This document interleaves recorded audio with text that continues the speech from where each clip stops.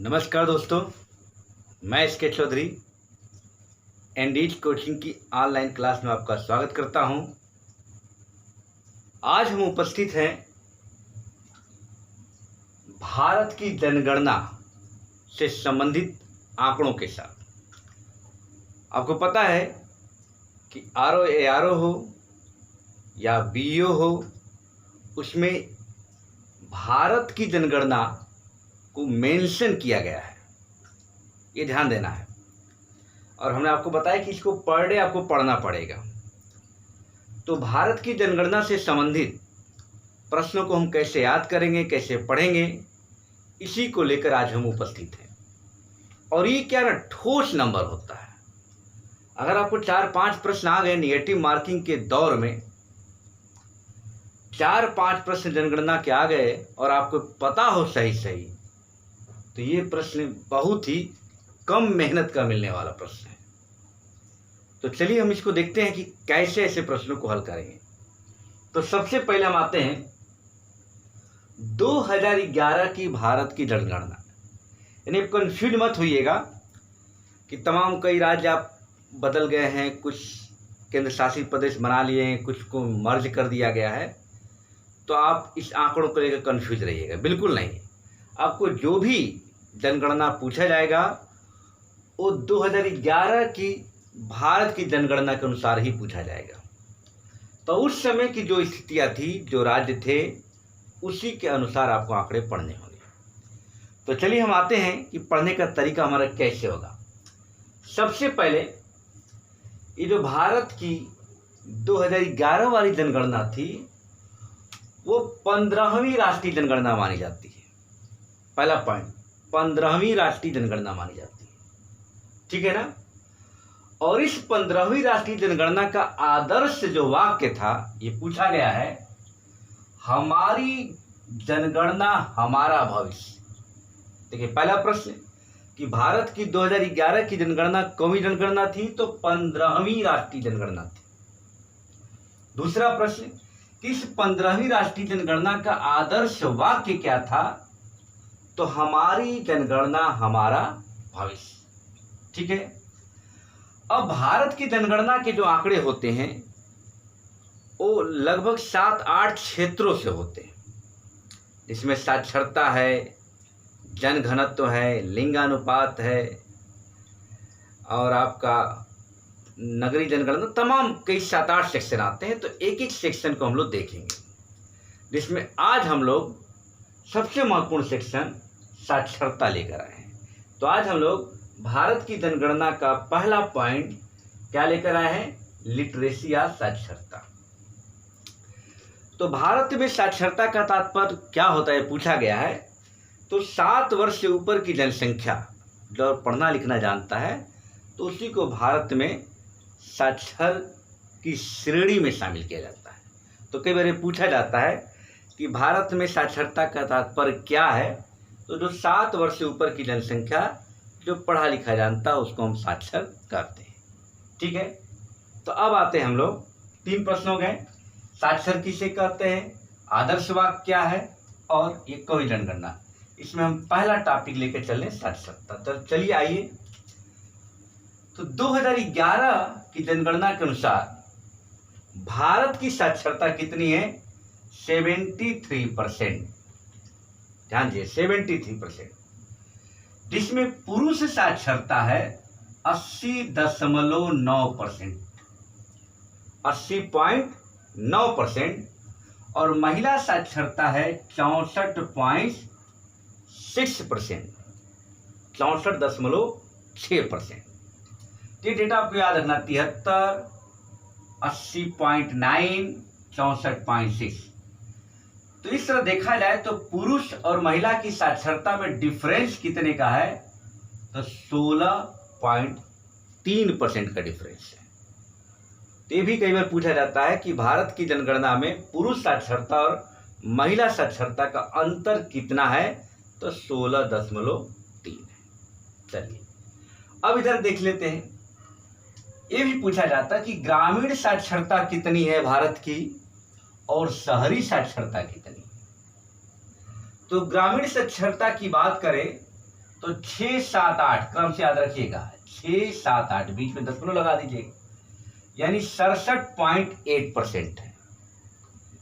ठीक है, और शहरी साक्षरता कितनी है, तो 84.1% है। तो ध्यान देना है कि ग्रामीण साक्षरता कितनी है भारत की, तो 67.8%, और शहरी साक्षरता कितनी है, तो 84.1%।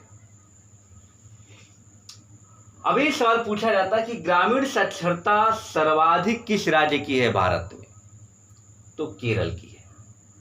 ध्यान दीजिएगा शब्दों को। 2011 की जनगणना के अनुसार ग्रामीण साक्षरता सबसे ज्यादा कहाँ है, केरल। लेकिन शहरी साक्षरता सबसे ज्यादा कहाँ है, तो मिजोरम की है भाई। इतनी जानकारी क्लियर हो गई। अब आते हैं सर्वाधिक साक्षर राज्य भारत में कौन होते हैं। तो इसका एक कोड है, इसको याद कर लेंगे और इसे एक एक सेक्शन लेके चलेंगे तो आप याद भी कर सकते हैं। जैसे ऐसा समझना कि केरा का मजा गवा त्रिपुरारी अब हिमाचल में पढ़ो। पढ़ाई से है हिमाचल में पढ़ो, क्यों, क्योंकि केरा का मजा गवा त्रिपुरारी। तो इसी को 2-3 बार लिखेंगे, पढ़ेंगे ना, केरा का मजा गया त्रिपुरारी अब हिमाचल में पढ़ो। इसी को पहला हो जाएगा केरल, सबको पता रहता है। दूसरे पे है मिजोरम, केरा का मजा। तीसरे पे है साक्षरता में गोवा, और चौथे में है त्रिपुरा, और पांचवे में है हिमाचल प्रदेश। यानी केरा का मजा गवा त्रिपुरारी अब हिमाचल में पढ़ो। इससे आप सर्वाधिक साक्षरता के राज्य को याद कर सकते हैं। तो केरल, मिजोरम, गोवा, त्रिपुरा और हिमाचल प्रदेश। ठीक है, न्यूनतम साक्षरता आ जाइए। तो न्यूनतम साक्षरता का कोड यह है कि जैसे बिहार तो याद रहता है, तो एक बिहार की अरोड़ा नाम की लड़की है, ऐसा समझना है। ये राजा झरिया को अंधा कर देती है क्योंकि वह कम पढ़ा था। तो यही ध्यान रखिएगा, बिहार की अरोड़ा ने राजा झरिया को अंधा कर दिया क्योंकि वह कम पढ़ा लिखा था। कम मतलब न्यूनतम साक्षरता। तो न्यूनतम साक्षरता सबसे कम किसकी है, बिहार की। इसके बाद किसका है, अरुणाचल प्रदेश की। तीसरे में क्या है, राजस्थान। चौथे में क्या है, झारखंड। पांचवें में कौन है, आंध्र प्रदेश। तो न्यूनतम बिहार की अरुणा ने राजा झरिया को अंधा कर दिया क्योंकि वो कम पढ़ा लिखा था। यहां तक क्लियर है। अच्छा, अब आपको ध्यान देना है कि केंद्र शासित प्रदेशों में भी तो पूछा जा सकता है। तो केंद्र शासित प्रदेशों में सर्वाधिक, तो चलिए उसको देख लेते हैं।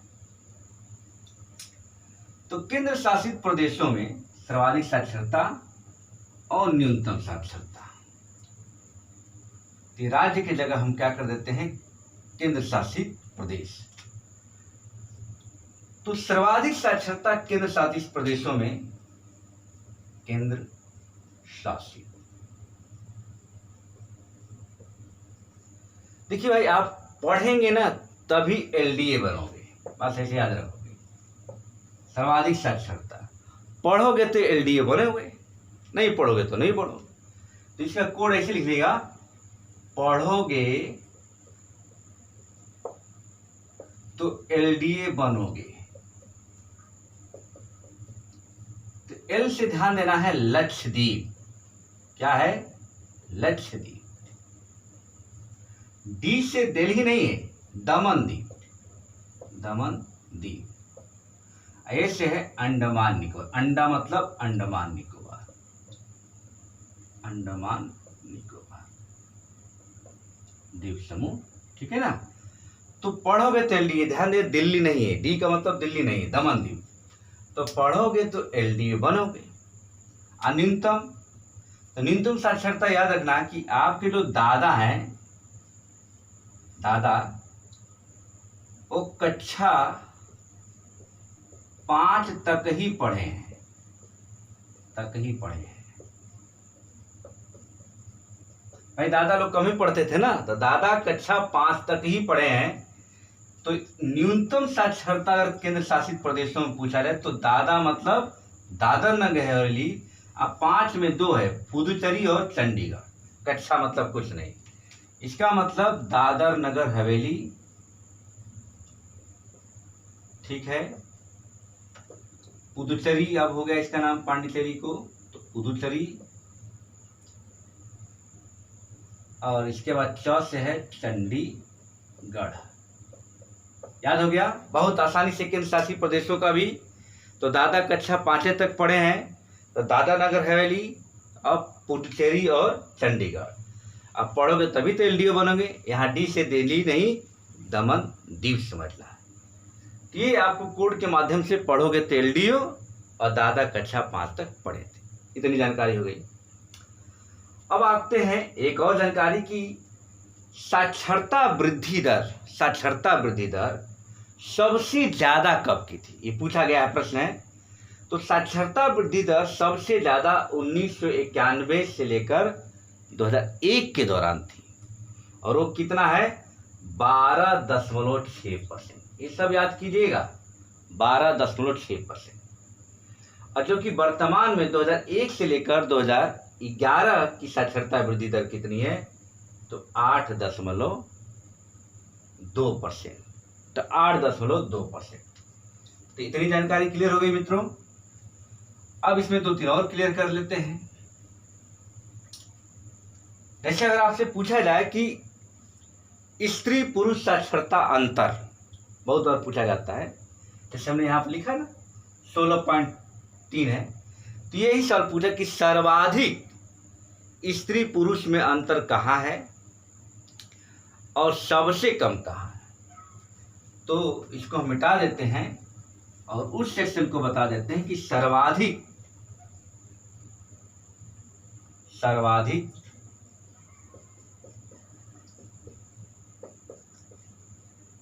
पुरुष स्त्री साक्षरता अंतर, ठीक है। तो इसका एक कोड आप लिख सकते हैं, राजमेघ यज्ञ। सब लोग अलग अलग यज्ञ करते हैं, साक्षरता सुधारना है अंतर को भाई ना, तो राजमेघ यज्ञ कीजिए। तो राजमेघ यज्ञ तो होता नहीं है, लेकिन हमने बना दिया है राजमेघ यज्ञ। तो इसमें क्या समझना है, पहला वाला अधिकतम का होगा, दूसरा वाला न्यूनतम का होगा। 2 भाग बांट दीजिए। यानी अगर आपसे कोई कहे कि सर्वाधिक अंतर स्त्री पुरुष साक्षरता में कहाँ है, तो भैया राजस्थान है। कहाँ है, तो राजस्थान है। और न्यूनतम अंतर कहाँ है, तो मेघालय। कहाँ है, तो मेघालय। तो ये ध्यान देना है कि राजमेघ यज्ञ करेंगे तो स्त्री और पुरुष के साक्षरता का अंतर सुधरेगा। और अंतर सुधारना है तो क्या करना है, राजमेघ यज्ञ करना है। तो क्लियर हो गया कि सर्वाधिक साक्षरता और अंतर स्त्री पुरुष का कहाँ पे है, राजमेघ यज्ञ राजस्थान में है। और न्यूनतम अंतर कहाँ पे है, तो आपको यहीं पे देश सर्वाधिक अंतर, और इसको लिखेगा न्यूनतम अंतर। न्यूनतम अंतर है तो अच्छी बात है, सर्वाधिक गैप है तो गलत बात है। तो एक चीज आपको ये जानना है। और दूसरी एक जानकारी यही पूछा जाता है कि भारत का सर्वाधिक साक्षर जिला कौन है। तो आप एक आम का मौसम चल रहा है, तो इसलिए कि सर आम शहर से मंगाओ, शहरों से मंगाओ, इससे आप याद कर सकते हैं। तो शहरों से आप मंगाएंगे तो सर मतलब है सर चीफ, मिजोरम का ये सर चीफ, ठीक। आम से एक है आइजोल, आइजोल। म से है माहे। ये 3 ऐसे शहर हैं जो भारत के सर्वाधिक साक्षर शहर है। सर चीफ सर से, आई से क्या होगा, आम, सर आम याद रखिएगा। तो सर से सर चीफ, आ से आइजोल, म से माहे। माहे आपका पुडुचेरी में है और ये दोनों मिजोरम में है। तो ये सर्वाधिक साक्षर भारत के जिले हैं। ये जानकारी। एक और जानकारी आपको याद रखना, पूरा साक्षरता का काम समाप्त कर देना आपको। अब इससे ज्यादा प्रश्न आ ही नहीं सकते हैं। तो एक सवाल और बनता है ये कि सर्वाधिक साक्षरता वृद्धि वाला राज्य कौन है? सबसे ज्यादा साक्षर वृद्धि वाला राज्य कौन है? तो कौन है? सबको पता है, बिहार। बिहार है सर्वाधिक साक्षरता वृद्धि दर वाला राज्य, यानी पिछले की तुलना में इसने बहुत ज्यादा सुधार किया है। लगभग ये सुधार है 14 पॉइंट, यानी पिछली साक्षरता और 2011 का जब अंतर निकालेंगे तो आएगा, तो 14.8% की वृद्धि किया है। एक अच्छा सुधार है। और केंद्र शासित प्रदेशों में सबसे ज्यादा सुधार किया है दादाजी ने, क्योंकि दादा कम पढ़े लिखे थे ना, तो सुधार कौन ज्यादा करेंगे? दादा। तो दादा की सुधार जो है 18.6% की है। तो ये ध्यान देना है। अगर ओवरऑल पूछे कि सर्वाधिक साक्षरता वृद्धि दर किसकी है, तो दादा की है, कि वही कम पढ़े हैं। इसके बाद है बिहार की। तो आपको इतनी जानकारी याद हो गई होगी। चलिए एक बार थोड़ी पॉइंट समझ लेते हैं। जनगणना कौमी है, हम पढ़ रहे हैं 15वीं राष्ट्रीय जनगणना, 2011 की जनगणना है। इसका आदर्श वाक्य क्या है? हमारी जनगणना हमारा भविष्य। जनगणना हम कई सेक्शन को लेकर करते हैं, जिसमें पहला सेक्शन हम पढ़ रहे हैं साक्षरता। तो साक्षरता भारत की 73% है, पुरुष की 80.9, महिला की 64.6। डिफरेंस कितना है? 16.3। यहाँ ग्रामीण साक्षरता 6, 7, 8 होना आपको बताए थे, ठीक है। और 84.1 होगा शहरी, ठीक। ग्रामीण में सबसे ज़्यादा केरल और शहरी में सबसे ज़्यादा आपको पता है मिजोरम। सर्वाधिक साक्षर, तो अगर आपसे कोई कहे केरा का मजा गया त्रिपुरारी अब हिमाचल में पढ़ो, न्यूनतम बिहार की अरुणा ने राजा झरिया को अंधा कर दिया क्योंकि कम पढ़ा लिखा था। और पढ़ोगे तो LDA बनोगे। और दादाजी कक्षा 5 तक पढ़े थे। राज मेघ यज्ञ करेंगे तो अंतर सुधार पाएंगे स्त्री, यानी सर्वाधिक अगर स्त्री पुरुष की साक्षरता में अंतर है तो राजस्थान में, सबसे कम अंतर है तो मेघालय में। और सर आपको शहर से आम ला के देंगे। तो जब आपसे कोई कहे कि सर्वाधिक शहरी जिला कौन है, शहरी करें, साक्षर जिला कौन है, तो साक्षर शहर कौन है, तो आपका सरछिप, आइजोल और माहे। सर्वाधिक वृद्धि दर कहाँ की है? तो बिहार की है 14.8% के साथ, और दादर नगर और हवेली की है 18.6% के साथ। तो ये थे साक्षरता। कल हम आएंगे साक्षरता का सेक्शन उत्तर प्रदेश के साथ, यानी हम उत्तर प्रदेश का साक्षरता पढ़ेंगे। तो कुल मिला के 7-8 सेक्शन है, आपको 7-8 दिन में अच्छे से तैयार हो जाएगा। चलिए सब्सक्राइब कीजिए, लाइक कीजिए और शेयर कीजिए। तो जितना ज़्यादा हो लोगों में शेयर कीजिए, सब्सक्राइब बढ़ाइए, तभी और मज़ा आएगा ना पढ़ने का। चलिए, थैंक यू।